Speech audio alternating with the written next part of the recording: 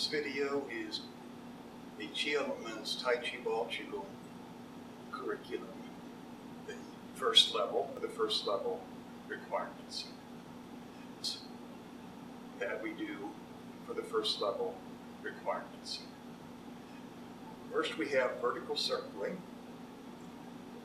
In the first level, all our positions will be stationary, so we will be in about a shoulder width stance. Vertical circling, we start our exercise with the inner ball and outer ball next together in front of the lower abdomen. So the key to the Tai Chi Ball practice is to remember that you have an inner ball in the center of your lower dantian. And the movement of the inner ball leads the movement of the outer ball.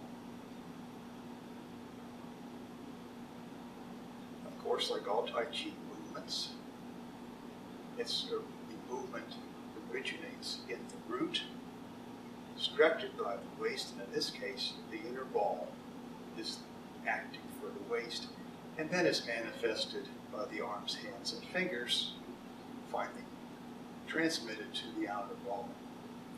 We start our practice with the inner ball and outer ball side by side in front of the lower dantian, and we gradually enlarge the size of the circles as we begin our vertical overhand circling pattern.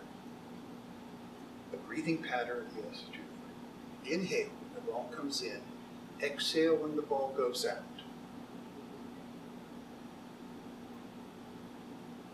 We expand the circle up to about nose height, that's as high as we go.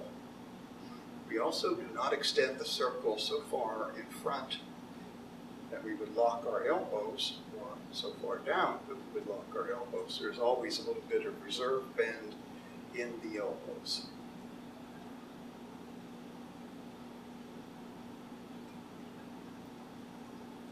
Now the breathing would be Tai Chi Ball breathing, but that's at a later stage of the curriculum. So just use return to childhood breathing, just coordinating, inhale when the ball comes in, exhale when the ball goes out. When the ball comes in, we want to tuck our buttocks under, flatten the lower back. The ball goes out, we on-tuck.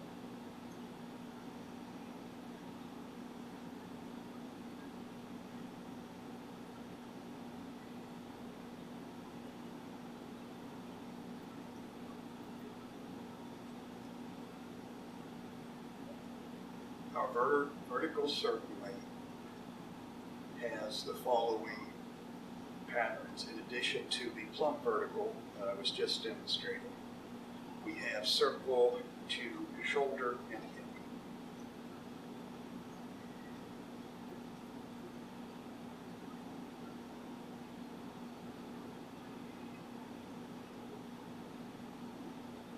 And we also have circle to the other shoulder and hip.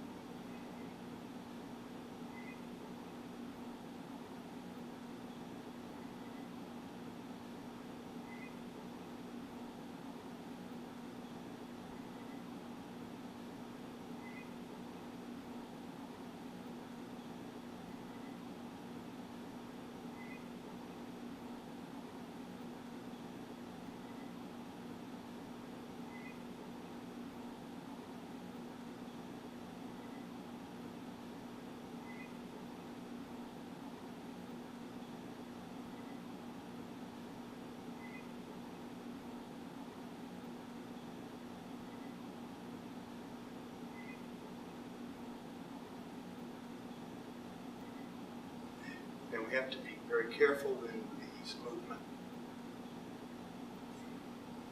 And we have to be very careful in these movements. And we have to be very careful in these movements. And we have to be very careful in these movements. And we have to be very careful in these movements. And we have to be very careful in these these movements to keep the knees pointing straight ahead and not let the knees wobble from side to side. We need to do our turning in the waist and quad, not with the knees. So what I do not want to be doing in the turn to the side is this with my knees, and in the pass to the side, I don't want to be doing this with my knees either. Okay. Likewise, the movements of pass to the side should not be too large because it can strain your lower back, particularly if you may have any back arthritis or injury. So now another vertical circling pattern we have at the first level is the underhand circling.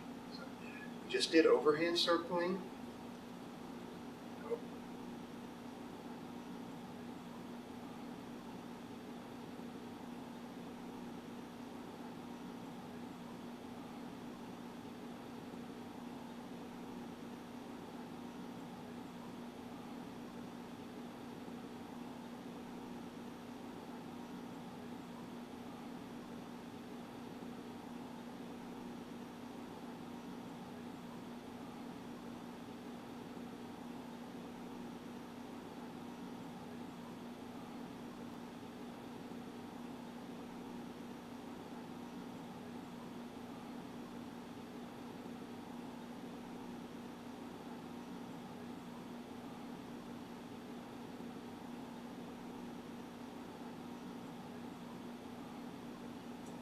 Turn to the side.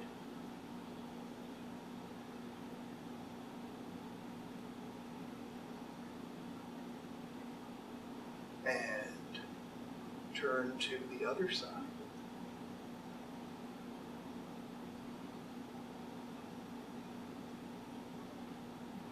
And pass to the side.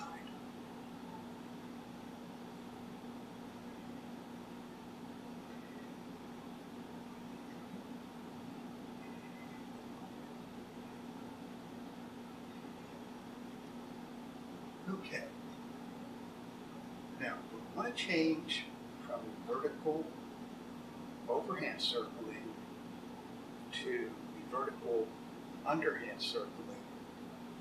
We make a movement through the center of the circle that looks somewhat like what you see in the yin-yang symbol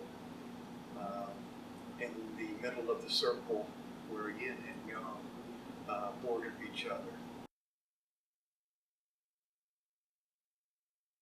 The easiest way to see this is from side view.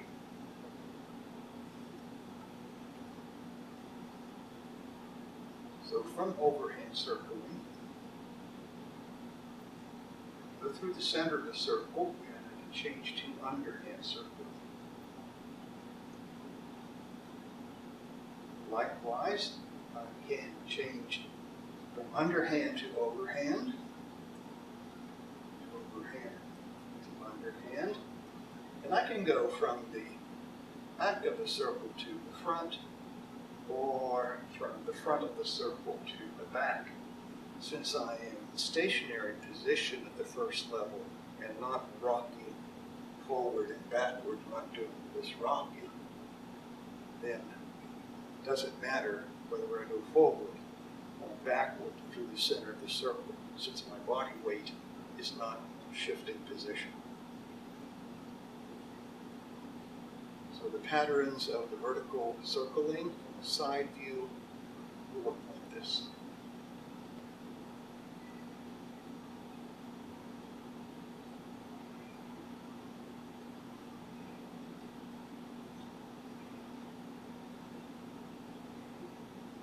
Shoulder and hip.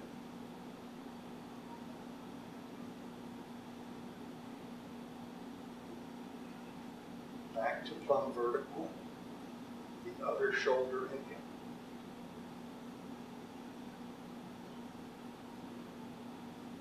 Back to plumb vertical, turning to the side.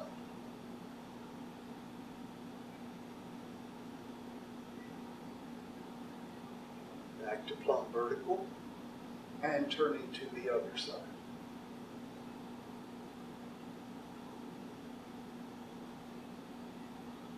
Back to plumb vertical, passing to the sides.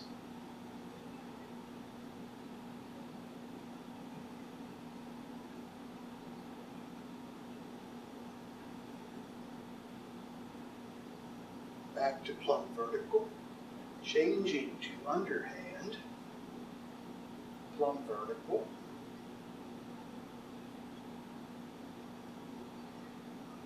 shoulder and hip.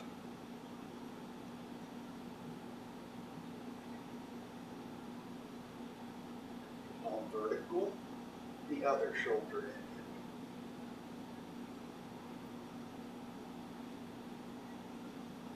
Plumb vertical, turn to the side.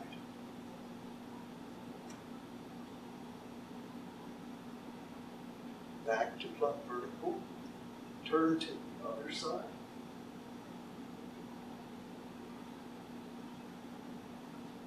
Back to plumb vertical and pass to the sides.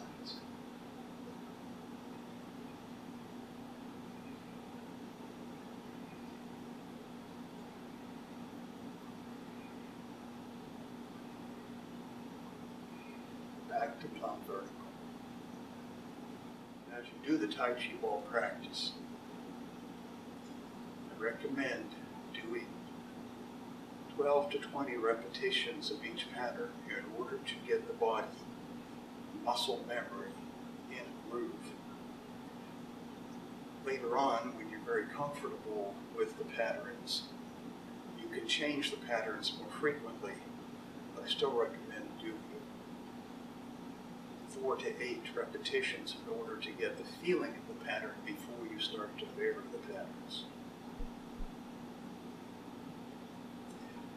In the beginning, you can see we wind the ball out to a large circle.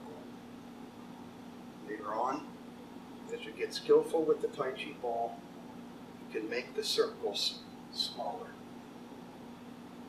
However, before you start to make the circle smaller, you need to establish the body connection from the root through the waist, the inner ball, the chest and arms.